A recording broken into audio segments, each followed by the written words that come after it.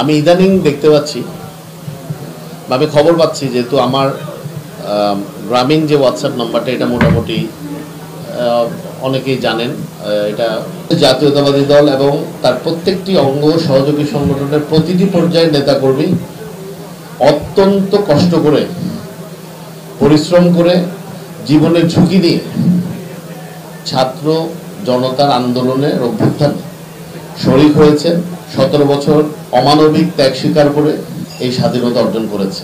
এবং আমি নিশ্চিত করে বলতে চাই, যারা এতটুকু কষ্ট করেছেন তারা কোনো কিছুর বিনিময়ে এই স্বাধীনতার জয়কে ম্লান হতে দেবেন না। যারা যে সকল অপরাধী, যে সকল দুর্বৃত্ত বাংলাদেশ জাতীয়তাবাদী দল বা অঙ্গ সংগঠনের নাম বিক্রি করে হাটাজারি এবং বায়েজিদে কোনো ধরনের চাঁদাবাজি, দখলদারিত্ব, অন্যায়, অবিচার, রাহাজানি, ছিনতাইয়ের সাথে জড়িত হচ্ছেন, তাদের ব্যাপারে আমরা আজকে একটা সিদ্ধান্ত নিয়েছি। আমাদের যারা দায়িত্বশীল নেতৃবৃন্দ আছেন, উপস্থিত আছেন, ওনাদের সমন্বয়ে আমরা একটি মনিটরিং সেল করে দিচ্ছি। এটা করে আপনাদেরকে আমরা জানিয়ে দেব। আমরা কিছু হটলাইন নাম্বার দেব। এই ধরনের যে অপরাধগুলো সংগঠিত হয়, কেউ কারো জায়গা জমি দখল করে নিচ্ছে, কেউ কারো দোকানপাট বন্ধ করে দিচ্ছে, কেউ কারো থেকে চাঁদা খুঁজছে, এবং এই ক্ষেত্রে তারা উদ্দেশ্যমূলকভাবে বিএনপি বা অঙ্গ সংগঠনের নাম দিচ্ছে। এই অভিযোগগুলো সরাসরি আপনারা আমাদের যে টিম করে দিচ্ছি, যে মনিটরিং সেল করে দিচ্ছি, যে হটলাইনগুলোর নাম্বারগুলো দিচ্ছি, হোয়াটসঅ্যাপে প্রমাণ সহকারে আপনারা পাঠাবেন। ওই ব্যক্তির বিরুদ্ধে আমরা শুধু সাংগঠনিক ব্যবস্থা, যদি আমাদের দলের সদস্য হয়ে থাকে তাও নেব, এবং শুধু তাই নয়, আমরা তাদেরকে নিজ দায়িত্বে আইনের কাছে সোপর্দ করব, আইনের আওতায়।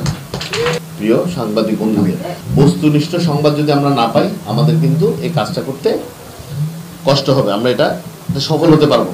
আমি বারবার আমরা বলছি এই জন্য, আমৃত্যুর কি ভয়ানক পরিণতি সেটা 5ই আগস্ট বাংলাদেশ কিন্তু দেখেছি। লক্ষণ সেনের পরে 880 বছর পরে, আমার ভুল হতে পারে, আমি ইতিহাস অত ভালো না, আরেকজন দায়িত্বশীল বা দেশের দায়িত্বে আছেন এরকম এক মানুষ কিন্তু পালাতে বাধ্য হয়েছে। তো ইতিহাস সৃষ্টি করা ভালো, ইতিহাসের অংশ হওয়া ভালো, কিন্তু সেটা যদি পজিটিভ হয়, পালানোর ইতিহাসটা কোনোভাবেই আমরা পজিটিভলি দেখি না।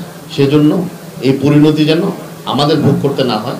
আমাদের দলের চেয়ারম্যান দেশনায়ক তারেক রহমান বারবার এই কথা বলে আসছেন, প্রতিনিয়ত একই কথা বলে আসছেন। আমার দলের, যেটা আমি শুরুতেই বলেছি, আমার দলের কোনো পর্যায়ের নেতাকর্মী কোনো ধরনের অরাজকতার সাথে নিজেকে সংশ্লিষ্ট করতে পারে না।